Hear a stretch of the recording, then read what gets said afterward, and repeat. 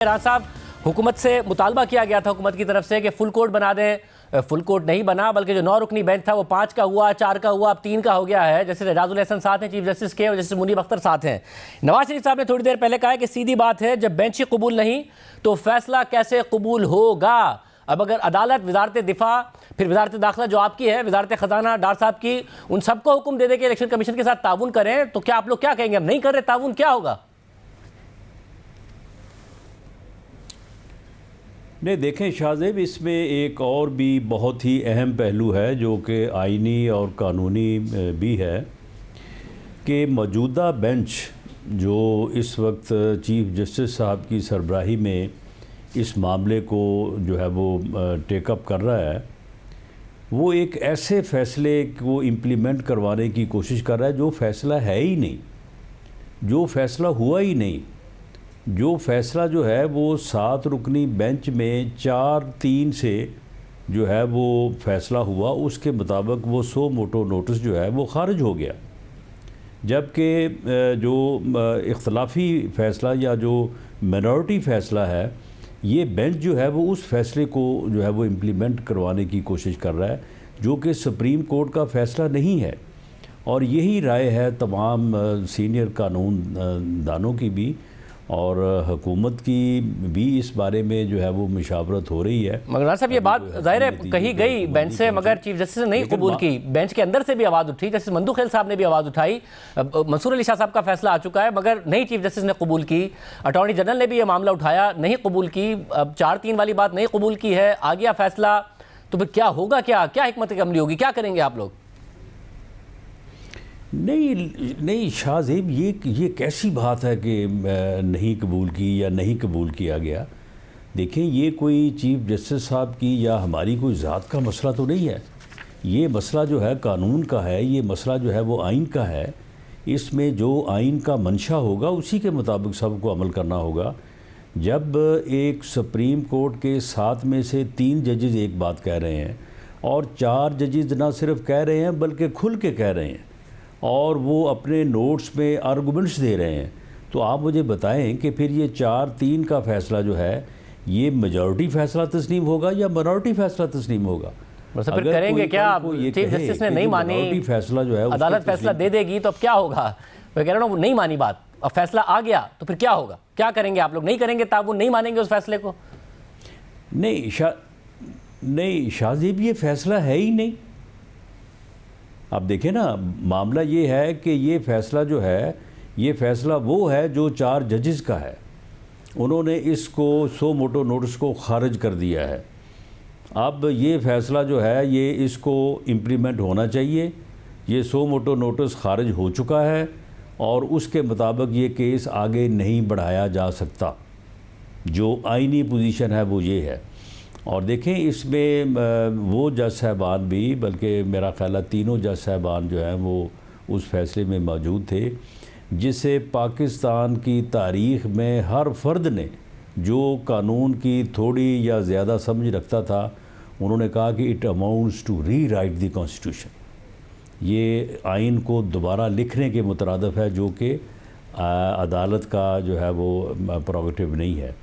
تو معاملہ یہ ہے کہ یہ چیزیں جو ہیں، یہ جب تک فل بینچ میں جو ہے وہ ایک اجتماعی دانش یا کولیکٹیو وزڈم جو ہے وہاں پہ جا کے حل نہیں ہوتی، تو پھر یہ بحران میں اضافہ ہی کریں گی، وہ اس میں کمی کا باعث نہیں بنے گی. اور صاحب ایک درمیان کا راستہ لگا جیسے چیف جسٹس دینا چاہ رہے ہیں. انہوں نے انڈرٹیکنگ مانگی تحریک انصاف سے کہ سیاسی جماعتیں مل کے اس معاملے کو طے کر لیں، ورنہ پھر ہم فیصلہ کریں گے. ظاہر انہوں نے کہا تو آپ بیٹھ جائیں تحریک انصاف کے ساتھ کسی نہ کسی لیول پر. وہ کہہ بھی رہے ہیں کہ جی ہم مذاکرات کے لیے تیار ہیں، تو آپ مل کے فیصلہ کر لیں اس معاملے کا. نہیں، وہ بالکل تیار نہیں ہے.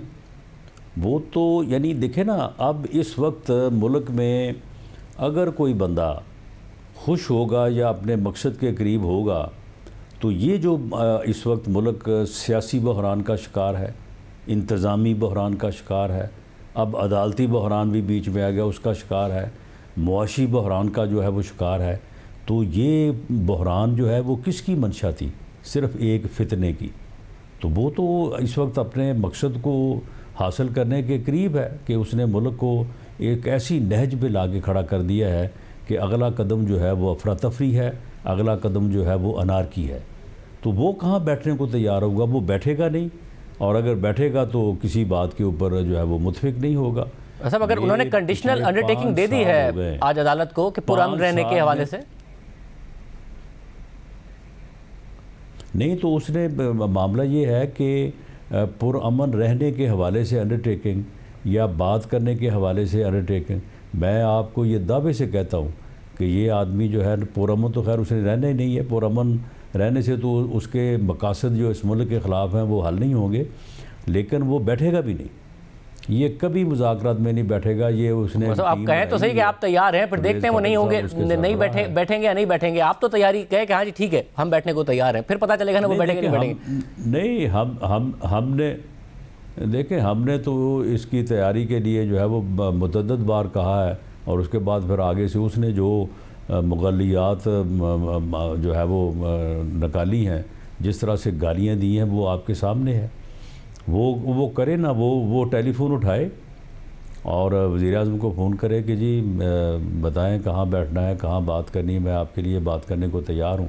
جب یہ 126 دن گالیاں نکالنے کے بعد جو ہے وہ یہ اپنا وزیر اعظم ہاؤس کے بعد جب یہ کہتا تھا کہ میں وزیر اعظم نواز شریف کو گریبان سے پکڑ کے گھسیٹوں گا، اس کو پوچھیں جب اس کو مذاکرات کی دعوت دینی تھی یا مذاکرات کرنے تھے، پوری قوم کو دہشت گردی کے خلاف متحد ہونا تھا، تو میاں نواز شریف نے اسے براہ راست فون نہیں کیا، اسے کہا نہیں کہ جناب آئیں بیٹھ کے جو ہے وہ ملک کو اس بحران سے نکالتے ہیں۔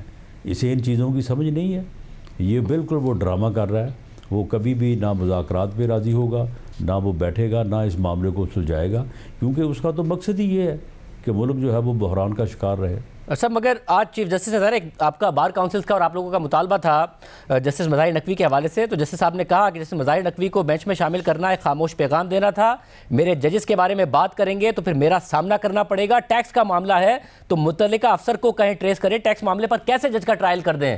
یہ جواب آیا ہے، وہ ایک میسیجنگ تھی آپ لوگوں کے لیے جب انہوں نے بینچ میں بھی شامل کیا تھا مظاہر نقوی کو۔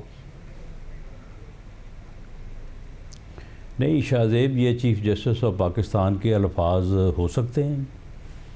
چیف جسٹس آف پاکستان کو ایسی گفتگو، ایسے الفاظ ادا کرنے چاہیے؟ اب اگر میں بات کروں گا تو وہ پھر ان کے شایان شان نہیں ہوگی اور وہ شاید کنٹیمپ کے دائرے میں جائے۔ میں ایک بنیادی طور پہ وکیل ہوں، میں عدالت کے احترام کے اوپر یقین رکھتا ہوں، لیکن یہ الفاظ جن کو آپ نے دہرایا، اور یقیناً یہ الفاظ انہوں نے ادا کیے ہیں، میں اس وقت کورٹ میں موجود تھا، یہ الفاظ ایک چیف جسٹس آف پاکستان کے بدقسمتی سے جو ہے وہ ہوئے تو ہیں ادا، لیکن یہ ادا نہیں ہونے چاہیے تھے۔ مگر آپ کو میسج تو مل گیا نا، آپ لوگوں کا مطالبہ تھا کہ سپریم جوڈیشل کاؤنسل میں بار کاؤنسلز بھی کہہ رہی تھیں، وہ کہہ رہے جو ٹیکس کا معاملہ ہے تو متعلقہ افسر ٹریس کرے، جج کا ٹرائل کیسے کر دیں ہم؟ دیکھیں شاہزیب، اس طرح کے فیصلے پھر جو ہیں انہوں نے پہلے ملک کو اس نہج پہ لا کے کھڑا کر دیا ہے، اب اگر پھر اس یعنی موقع پہ اوپر بھی اسی قسم کے فیصلے ہوں گے تو پھر نعوذ باللہ اللہ تعالیٰ ہمارے اوپر رحم کرے۔ آج ایک سپریم کورٹ کے جج صاحب نے اپنے اختلافی نوٹ میں بھی یہی لکھا ہے کہ اللہ تعالیٰ اپنا رحم کرے ہمارے اوپر، پھر ہم جو ہے نا وہ پھر جس طرح بڑھ رہے ہیں وہ ایک بہت ہی جو ہے وہ افسوسناک صورتحال ہے۔